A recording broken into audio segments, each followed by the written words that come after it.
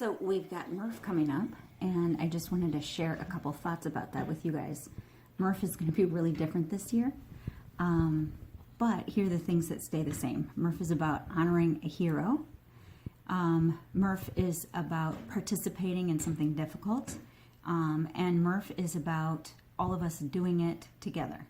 And although we can't physically be together, hopefully just the idea that we're doing it together in different places gives us the togetherness that we need right now. So those are the important things that I want you to be thinking about as you plan out how you might want to attack Murph this year, differently than other years. If you are wondering how to do pull-ups, at the end of this video, I'm going to give you some options for things that you can do at home. And I want you to start practicing those movements and training them now.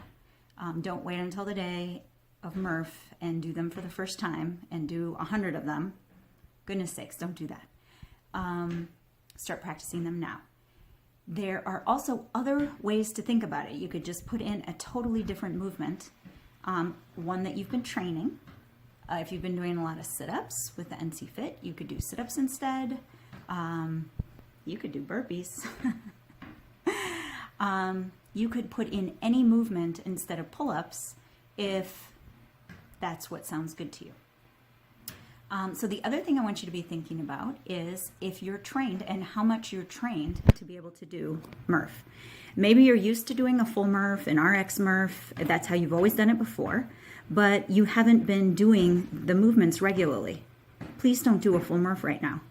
Just respect where your body is right now. Do a half, do a partner, do a quarter.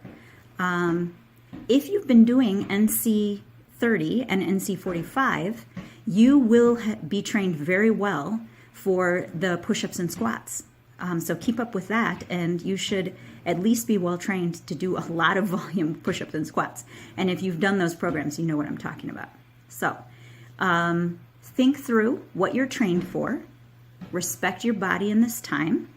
Think about how to honor a hero in a slightly different way this year. If you have any questions, please reach out to a coach. We can help come up with some ideas for you individually. And other than that, watch the end of this video for some no pull-up bar pull-up options. One of the alternatives to do pull-ups at home and pull-ups without a pull-up bar is to use your table. Now, please use common sense. If your table is falling apart and it's not sturdy, just don't use it. My table is super sturdy, so I'm going to show you two options here. One is with an overhand grip.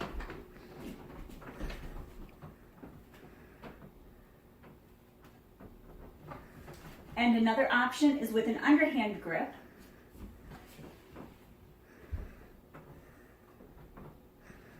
Another option that you have to make that more difficult is to fully extend your legs.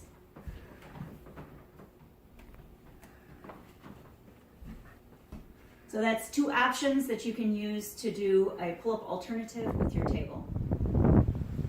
Another option is a towel row. So look around your house, maybe in front and back, so you have a good sturdy pillar. If you have a pillar in your house, I'm going to be demoing with my kids' basketball hoop. So whatever you're using, please use common sense. You want to be sure that you're safe while you're doing them. So for this, wrap the towel around, move the feet in, and let yourself fall back. Think about a ring row. Nice, stiff body position. Another option at home is to do some type of a bent over row or a renegade row with a dumbbell. One of the things that I really want to warn you guys about, though, is to make sure that you keep your back flat in that position. So a bent over row, start at the top, hips go back, squeezing your lats. What I often see as people get fatigued is that this happens. We don't want that. We want the back to stay nice and flat. Depending on what weight, you can do both arms to do the row. You could do that with a barbell as well. And then another option is a renegade row. So for a renegade row, I'm going to get into a nice flat plank and row one arm at a time.